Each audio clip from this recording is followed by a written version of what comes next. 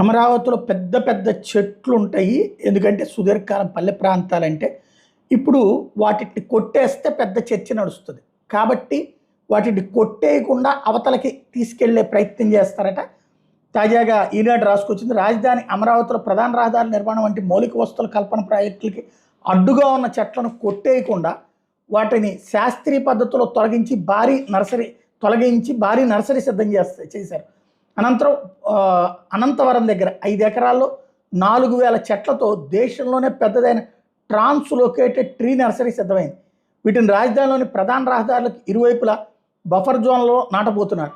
రాజధానిలో ఒక్క చెట్టును కూడా నరకకూడదన్న లక్ష్యంతో అమరావతి అభివృద్ధి సంస్థ ఈ కార్యక్రమం చేపట్టింది.